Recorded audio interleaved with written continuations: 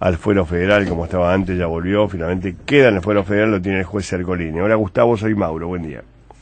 Mauro, ¿cómo te va tanto tiempo? Sí, ¿a vos cómo estás? ¿Qué hora es en Israel? Son las 13:15. 6 horas. 6 horas. ¿Es día de la primavera ahí también? No. No, dice Gustavo. Acá es el día de la primavera, Gustavo, ¿te acordás de eso? Sí, me acuerdo perfectamente. ¿Cómo está? ¿La familia bien? Todos muy bien, espero que los tuyos también. Sí, todo bien, gracias. Bueno, definitivamente esto pasó al fuero federal, por lo cual se determina aparentemente una investigación un poquito más seria y más profunda sobre la muerte de Alberto. Sí, se ha revertido uno de los manotazos del viejo régimen que intentaba trabar la justicia con estos 4 fiscales que hicieron todo lo posible, los 3, digamos, de la Cámara de Casación, que hicieron todo lo posible por evitar que se llegara a la verdad, pero todavía hay mucha gente que está intentando evitarlo, así que si bien esto es un paso adelante, nos queda un camino muy largo por recorrer. Mirá cómo está en Israel peleando por eso, qué notable, tan lejos, peleando, muy enterado de la vida argentina y sobre todo del caso Niño. Enteradísimo uno, peleando uno del modo en que yo peleo, se puede pelear de cualquier lado, además que en estos casos vos y los medios de prensa que tienen la gentileza de consultarme al respecto son los que me ayudan en la pelea, porque todo lo que consiste básicamente es en difundir el caso para que la gente no se olvide. Acá se cometió un magnicidio, probablemente el peor de la historia de la democracia argentina, y no se puede enterrar de esta manera. Los responsables tienen que salir a la luz. No se puede construir este nuevo país si se deja impune el crimen de Nisman. El peor de la historia argentina. No sé. La democracia, dije. Sí. No, dije de la democracia concretamente. Sí. Por supuesto, durante las dictaduras militares, sobre todo la última en la Argentina, se cometieron crímenes mucho más atroces. Pero descartando el hecho de que en general las dictaduras tienden a cometer crímenes políticos, porque no hay nadie que los detenga, tienen la suma de poder entre las manos, actúan arbitrariamente, en las democracias esto no suele ocurrir, porque limitan al poder justamente los medios de prensa, el parlamento, la opinión pública. No, está bien. Cuando dijiste eso me puse a pensar, era el peor de cuál, de quiénes que murieron, de cuántos, de cuáles, y no encontraba una referencia directa a lo que te estabas refiriendo. Bueno, pero quedó aclarado, porque tampoco sí. Vale la pena que después nos citen mal. No, estaba pensando ¿Qué pasó a la Argentina? No. De todos modos, creo que Guillermo Merino lo hizo bastante peor cuando comparó al régimen de Videla con la democracia ahora de Macri, o Eves, que lo comparó ni más ni menos que con Hitler. Así que hay gente que se juega bastante en eso. Yo trato de ser lo más cauteloso posible en las comparaciones. No, está bien. Insisto, en las historias de la democracia, de las democracias que diría, no solamente de la Argentina, no es habitual que el poder político asesine a un fiscal porque cumple con su deber, es algo que escandaliza, y en este caso es un fiscal que se jugó la vida en demostrar quiénes fueron los que perpetraron el peor atentado de la historia argentina, y un atentado con el que finalmente aquellos perpetradores se asociaron al poder en la Argentina, así que aquí hay una caja negra que huele pésimo, y es lo que no podemos enterrar en el olvido, así que yo soy el agradecido porque me consulte sobre el tema. No, está bien, estaba pensando en magnicidios, a cuál te podías haber referido, comparado con quién, pero no recuerdo ahora, más allá de la muerte. No sé, es decir, el Bordaber, el socio de Lisandro de la Torre, sí. Crímenes en la Argentina que se cometieron no durante dictaduras, sí. que matan a una persona por el cargo que está ocupando. Digamos, podríamos encontrar precedentes al respecto. Ninguno de esta gravedad, creo yo. Ninguno de esta gravedad. Estoy por eso siempre buscando nombres, no me acuerdo. Reciente seguro que ninguno. En Argentina no hubo presidentes asesinados. En el mundo sí. Digamos que los magnicidios, cuando uno dice, digamos, ¿a qué se refiere el término magnicidio? A una persona que ocupa un cargo, en general bastante alto, y que es asesinado en virtud del cargo que está ocupando. Es decir, el motivo por el cual asesinaron a Nisman, y esto hay que reiterarlo una y otra vez, es la investigación que estaba haciendo. Es un funcionario público que está cumpliendo con su deber y lo asesinan. Eso es un magnicidio. Ahora, que el magnicidio sea cometido ni más ni menos por el Poder Ejecutivo, que es el que debería estar protegiendo al fiscal, esto ya pasa todas las líneas rojas que podemos imaginar. Y aquí es la gravedad del asunto que lo transforma si no en el peor caso de las democracias, en uno de los peores seguramente. Seguramente. Bueno, y al margen de eso, ¿qué estás escribiendo, Gustavo, en Israel? Bueno, terminé el segundo tomo, yo te lo comenté a vos en un momento, de Matar sin que se note, me pareció una deuda para con el público el hecho de que el libro sobre la obra de Nisman haya tenido tanta repercusión, realmente fue un bestseller, y me pareció, como el libro termina en la época más gloriosa de la obra de Nisman, y no se refiere a su asesinato, lo alude, pero no, por supuesto, todavía no se había cometido, el libro fue publicado en el 2009, entonces me pareció que era necesario escribir este segundo tomo, en donde se cuenten las circunstancias que llevaron al asesinato de Nisman de una manera parecida. Así que eso sería, escribir, sigo escribiendo como siempre, se me puede ver en mis artículos en internet, pero el tema referido a lo nuestro es ese.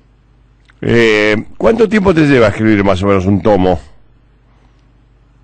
Eso es difícil decirlo porque depende un poco, sobre todo si estamos hablando de ensayo o novela. En el tema de los ensayos depende de la dificultad de investigación.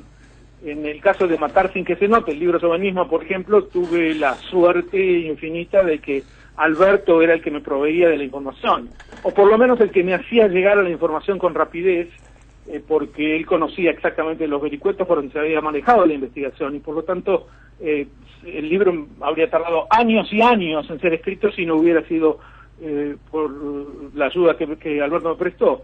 En el segundo tomo ya no lo tenía Alberto para obtener la información, pero como se refiere a otros datos que más o menos son accesibles a quien quiere investigarlos, tampoco me llevó más de un año escribirlo. Pero en un libro como Sabra, por ejemplo, que es la novela que publiqué con Marco Saguini, también hay una gran investigación histórica, y eso requiere ir a bibliotecas y estar al tanto de las cosas que se van escribiendo en cada caso. Entonces depende un poco de las circunstancias, no creo que haya una receta para saber cuánto tarda un libro. Pero algunos escritores te dan un tiempo, por ejemplo, un año te lleva a escribir, una cosa así, o más. No, pero pues es que desde cuando uno dice escribir, parte de escribir también es investigar. Sí, claro, por eso depende si es ficción, si es ensayo. Frente al teclado es otra cosa. Con todo, un año me parece un lapso más o menos prudencial para hablar de un libro serio. Por eso, porque algunos dicen que demandan 10 años de investigación, hay de todo. Por eso hay autores que dicen que hay que ser prolífico, otros que dicen que no hay que escribir tanto, hay autores que escribieron muy poco, con 4 o 5 obras sacudieron la literatura, otros que publican demasiado. Mi caso mayor es probablemente uno de las luces de la literatura universal, que es Jorge Luis Borges. Sí. Me tocó hace pocos días dar una conferencia aquí en Israel sobre Borges debido a que se cumplió la tercera década desde su fallecimiento, y una de las características a destacar en el caso de Borges es que si bien abre una nueva época de la literatura, porque es obvio que Borges es un innovador desde donde uno lo mire, la obra que creó es bastante reducida. Es decir, yo me acuerdo cuando me regalaron las obras completas de Borges, el viejo, gordo, verde tomo.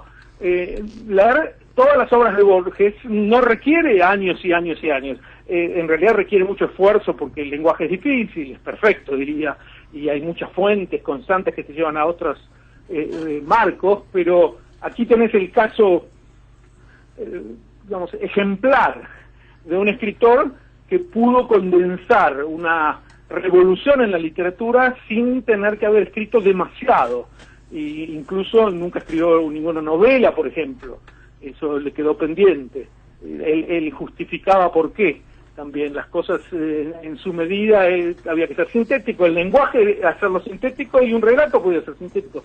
Sabes que los relatos de Borges no son exactamente narrativos, sino que traen ideas filosóficas una tras otra. Pero aquí tenés un ejemplo, si preguntabas de cuánto se demora o cuántas páginas uno necesita, de quien con una genialidad que no tiene parangón, no necesitó de muchas horas ni de páginas para crear una literatura excelsa. Por eso Sabato tampoco, aunque no escribía como Borges.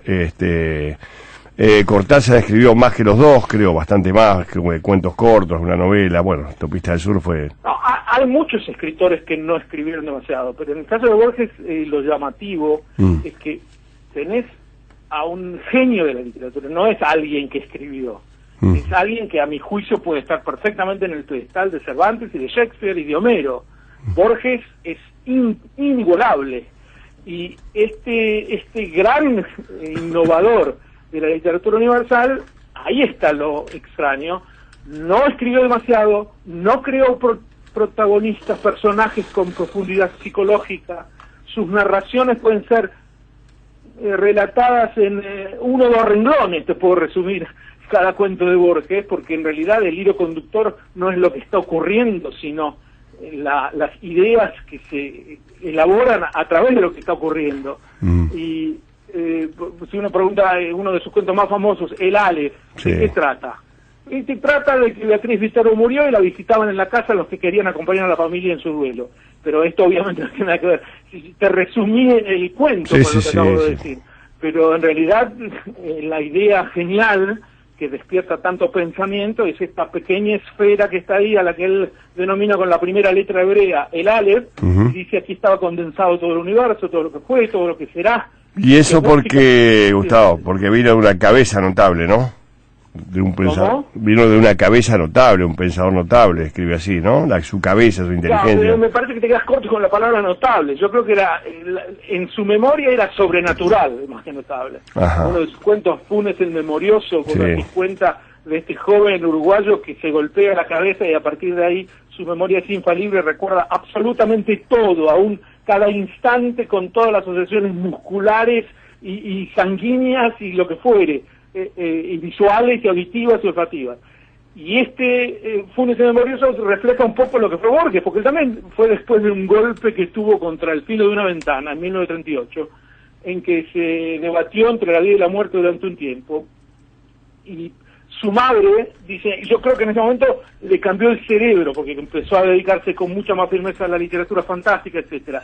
Y hay algo de eso, porque si pudiéramos resumir lo que hizo Borges, no estaría mal lo de Borges el Memorioso, que refleja aquel que se recordaba absolutamente todo, porque cuando quería citar algo podía. Además leía lo que nadie había leído jamás, y él era el único, incluso en la literatura argentina, digamos, nadie sabría quién es Evaristo Carriego si no fuera por Borges. Uno de los mejores poetas argentinos, Enrique Banch, nadie lo recordaría si no fuera por Borges, y así podía citar a muchos. Rumores. Argentina tuvo ese privilegio de dar a un hijo tan notable.